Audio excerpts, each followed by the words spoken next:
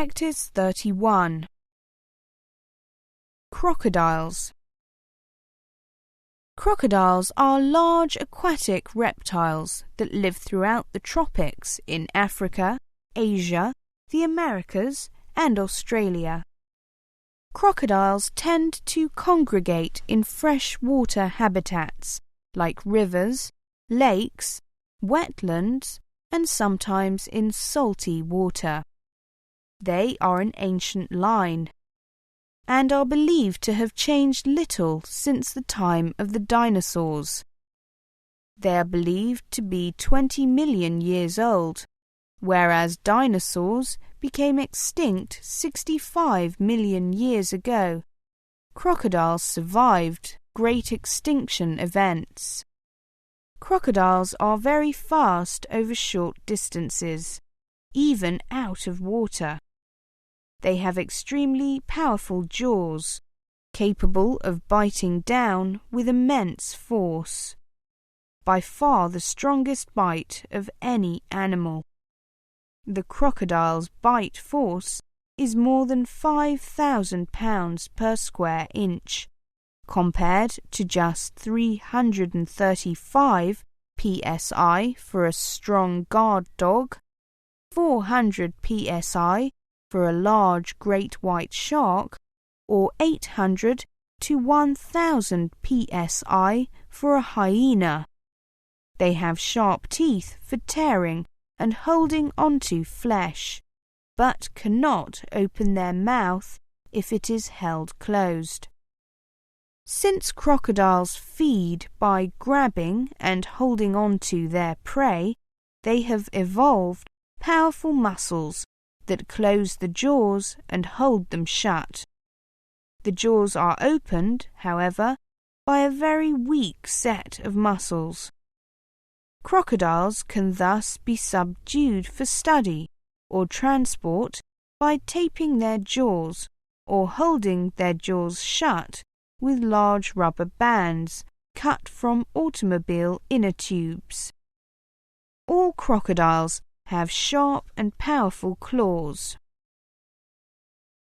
They have limited lateral movement in their neck, so on land, physical protection can be found by just getting even a small tree between the crocodile's jaws and one's self.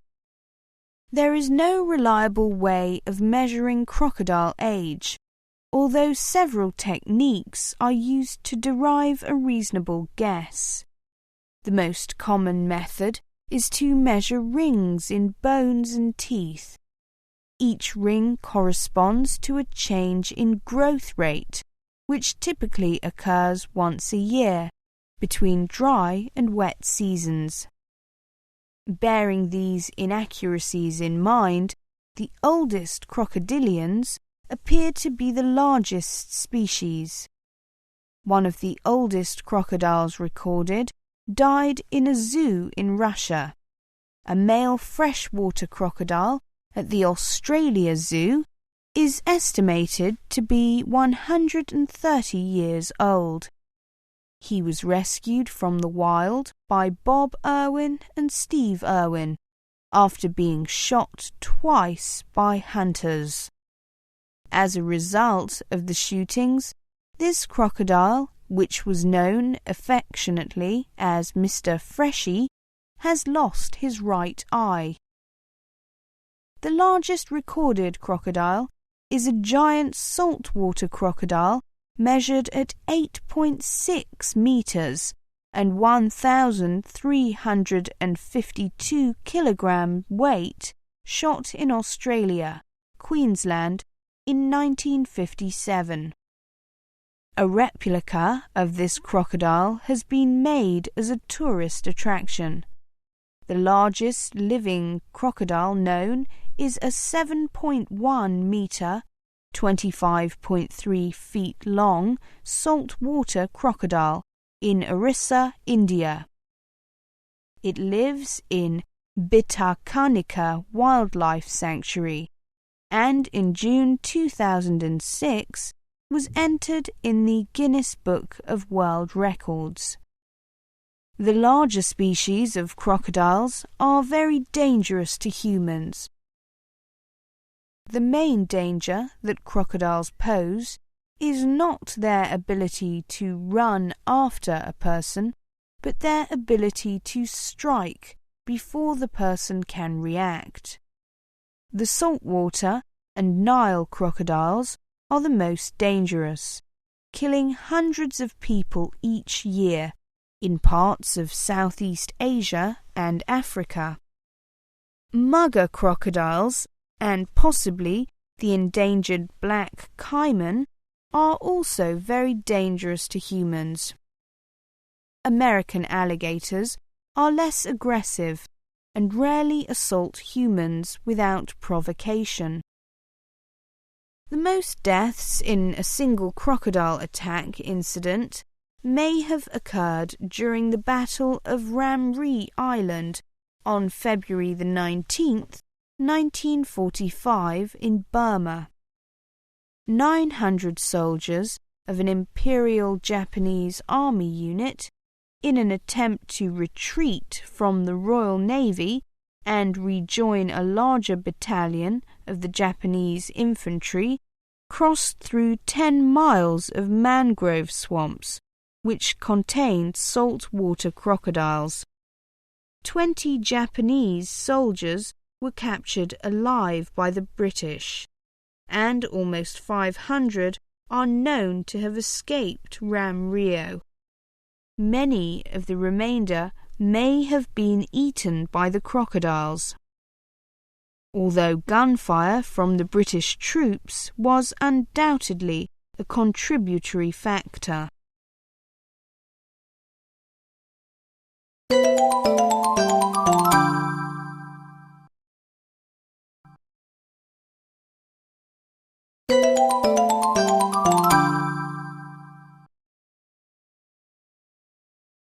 Practice 32. How to prevent heart disease. Who are the people that are most likely to develop heart disease? And what should we do to prevent heart disease? Joining us now from New York is Dr. Rader. He is going to provide us with useful advice on the prevention of this fatal disease. Dr. Rader, please. Thank you. In America, there are about 2,300 people die of heart disease every day, about 1 in every 30 seconds. And at least a quarter of those are people who had no idea they had heart disease. They died suddenly of their first heart attack. Therefore, preventing is really where it's at. The message is, if you ask me, that we've got to get people to understand they could be at risk for heart disease, even though they feel fine. To understand what their risk is and to then do something about it, try to prevent the disease from ever occurring in the first place. So, who are high risks? Well, people who have high blood pressure, high cholesterol, who smoke, who are overweight, and who have a family history for early heart disease. They form very high-risk factors, and especially when together, they form very high-risk individuals who really need to do something before they have their first heart attack. Believe it or not, the number one preventable cause of cardiovascular deaths throughout the world is cigarette smoking.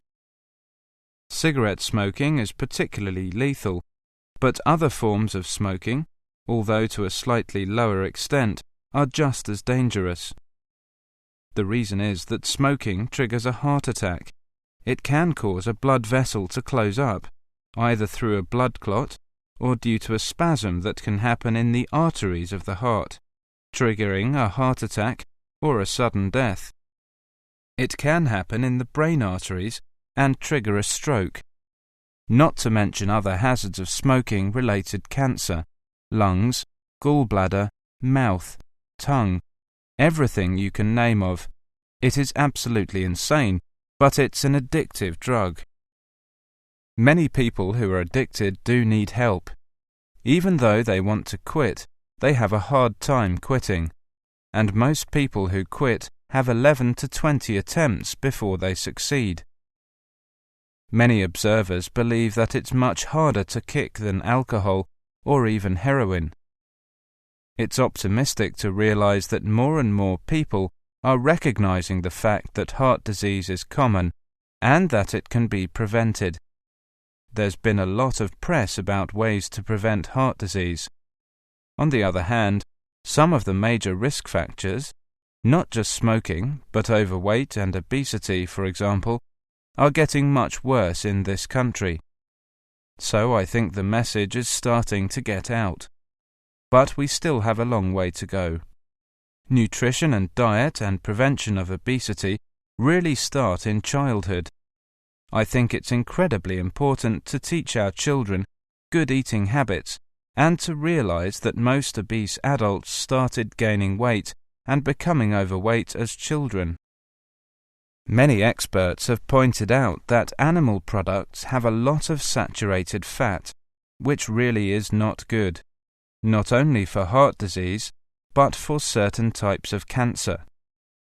Although it may seem unrealistic to expect that everyone is going to be a vegetarian, it does help to raise the awareness among the public that avoiding saturated fats, and particularly avoiding calories, and in turn avoiding gaining weight. Weight gain is not something that is inevitable with age, and I think we've got to have people understand they have to limit what they take in and avoid gaining weight with age. Apart from the above-mentioned factors, we cannot neglect other possible causes of heart disease. Among them, mental stress certainly has a role to play in bringing on heart disease. It doesn't actually cause the disease itself, but it can unmask disease that's been latent. And there's no question that negative emotions like anger, hostility and frustration can actually trigger heart attacks in someone who's at risk. Depression is both contributing to an increased risk of cardiovascular disease and a common manifestation of it, so it's a vicious cycle. Heart disease is a lot about lifestyle, but when we look at the success we've had with cholesterol-lowering medications, the incredible success in terms of reducing heart disease risk, even in people whose cholesterol levels are not that high to begin with, we think about using these appropriately in people at high risk, and that could be something that could really make a major impact on heart disease risk in another 10 or 20 years.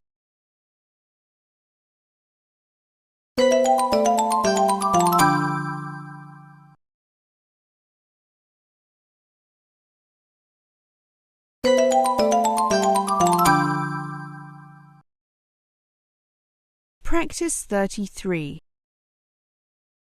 Osteopathy, helping your well-being. A baby has to cope with the stress of birth, and a toddler may have frequent ear and/or chest infections. The schoolchild carries heavy school bags, whilst the student spends long hours hunching over the laptop, peering at low-level screens.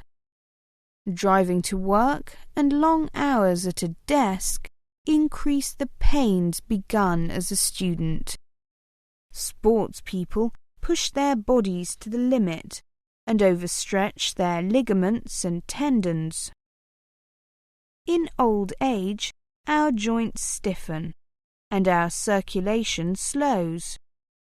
These are the types of activities that lead to long or short-term discomfort and pain, which an osteopath can alleviate.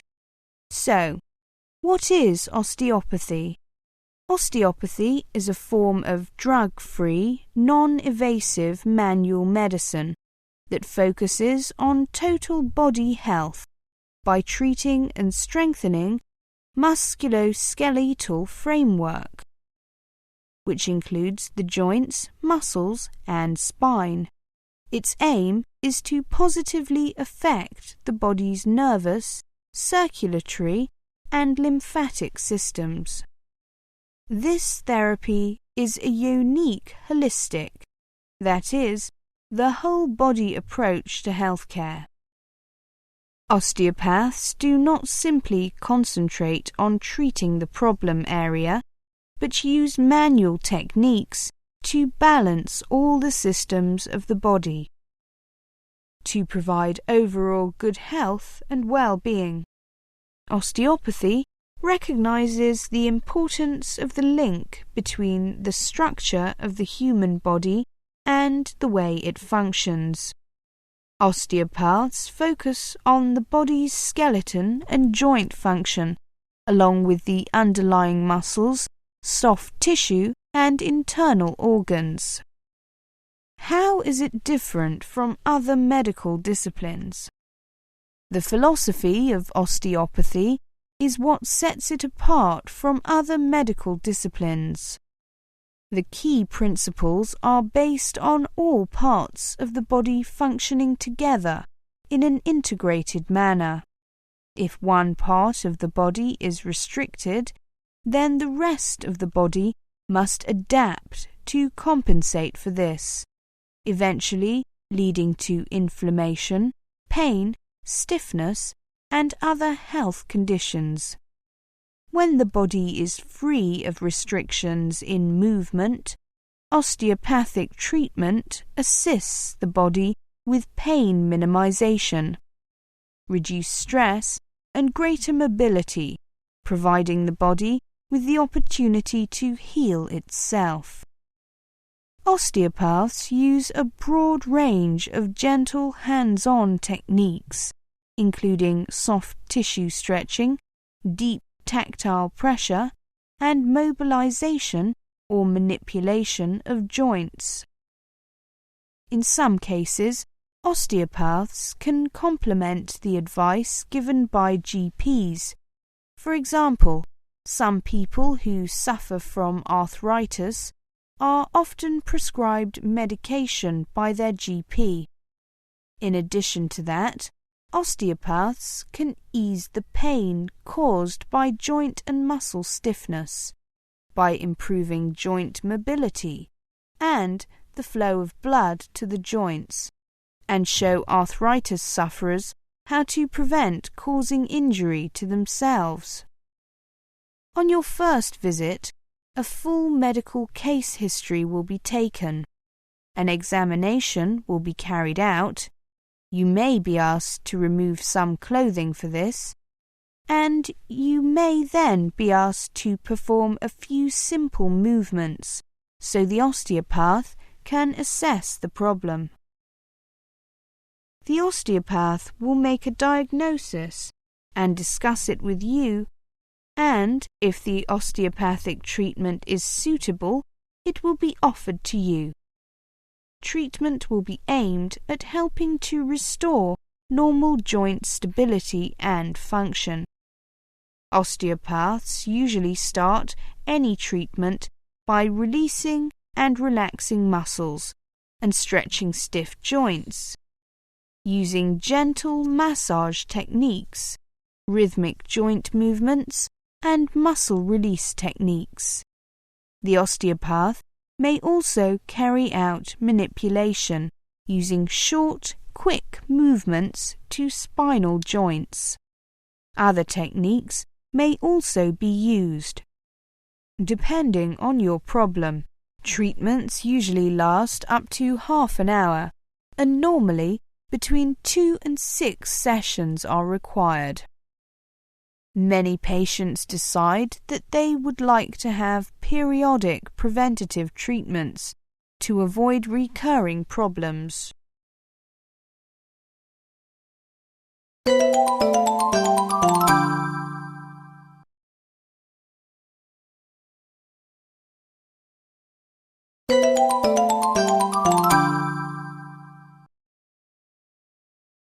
Practice 34.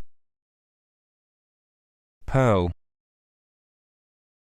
Pearl is a hard, round object produced within the soft tissue, specifically the mantle, of a living shelled mollusk.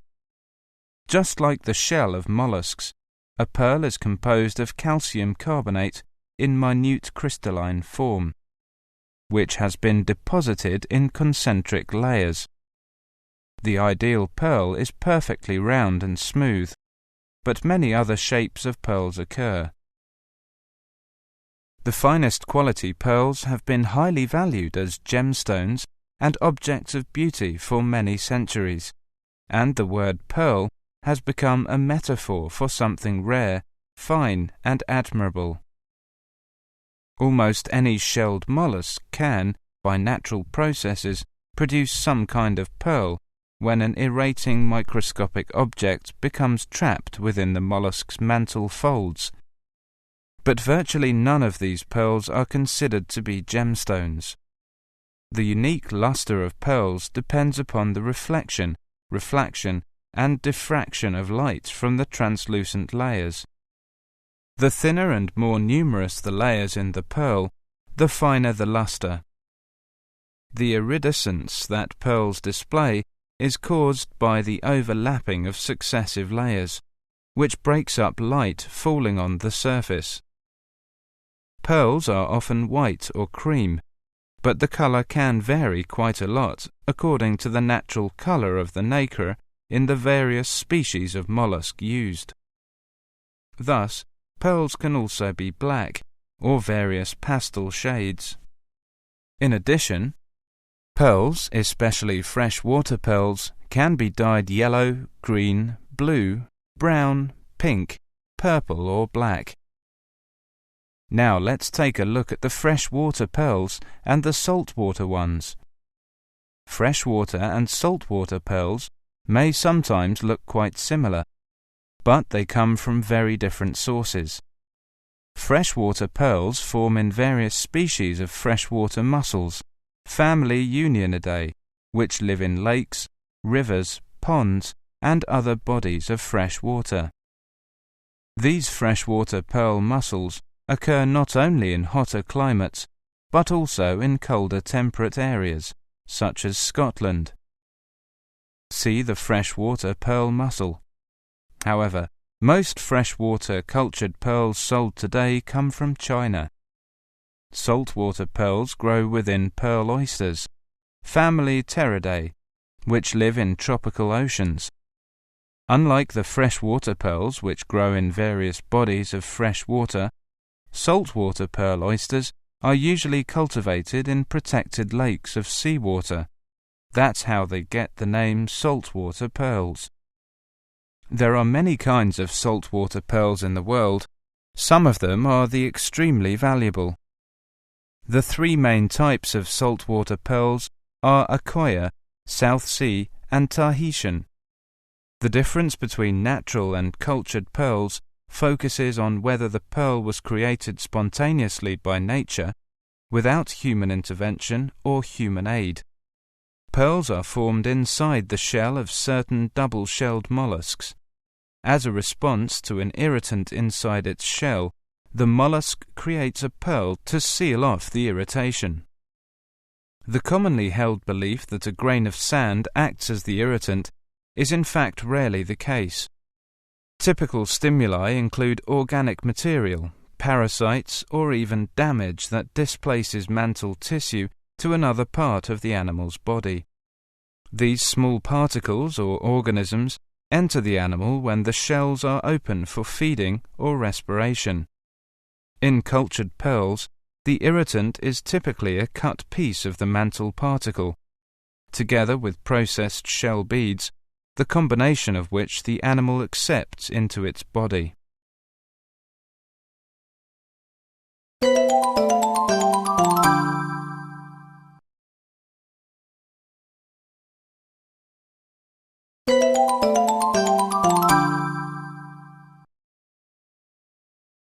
Practice 35. American plastics industry. Good afternoon, my name is Kathy.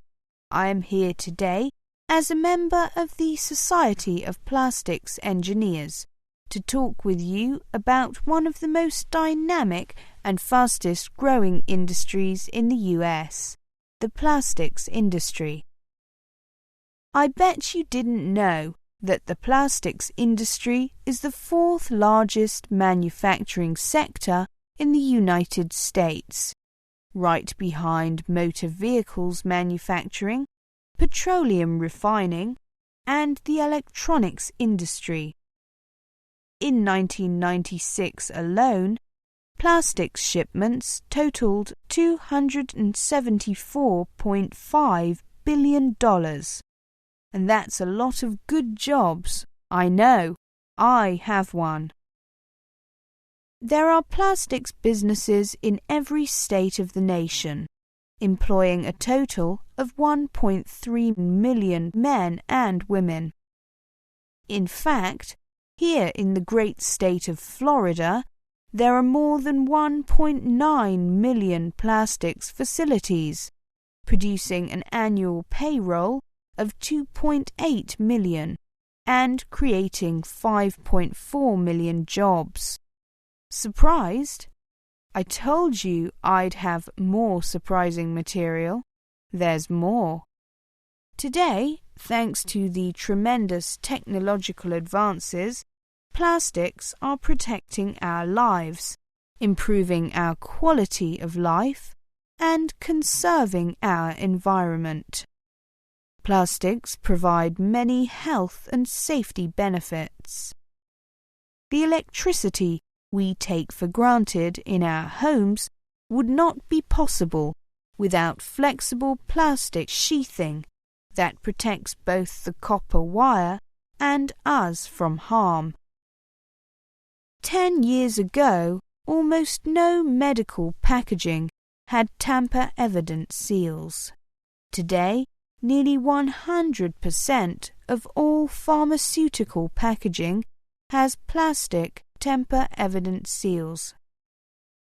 The lives of more than 1,900 police officers have already been saved through the use of protective vests made with specially designed plastic fibre called Kevlar.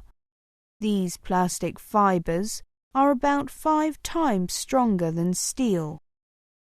Plastic packaging helps keep our family foods fresh and safe. If plastic packaging were eliminated, the amount of packaging discarded from U.S. households after recycling would more than double, to say nothing of the tremendous food waste and spoilage that would occur. Sterile plastic syringes, flexible plastic IV tubes, and sterile plastic blood bags are essential elements of today's emergency rooms, hospitals, and clinics. Plastics contribute to a higher quality of life for today and tomorrow.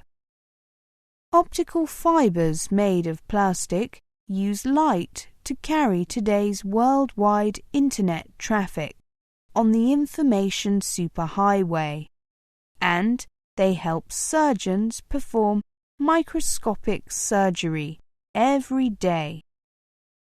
From computer components to specialized sporting equipment, plastics allow innovative products to change our lives.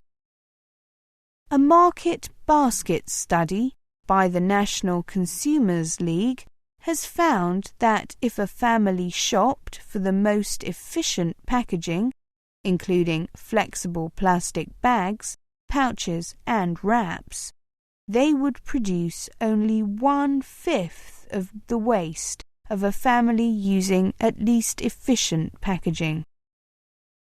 Recycled plastics are now turned into 1,500 new products. Durable carpeting, tough building and construction materials, office equipment, and fashionable rugged outer sportswear. Recycled plastics are now also made into plastic decking that does not splinter, playground equipment, garden trellises, backpacks and sunglasses. And new industries using recycled plastics are being created all the time. So, American recycling efforts like ours are paying off. In fact, the Environment Protection Agency recently reported a near 20% reduction in waste going to landfills between 1990 and 1997. This 20% reduction is also partly the result of efficient, lightweight plastics doing more with less material, like the lighter soda bottles I mentioned earlier.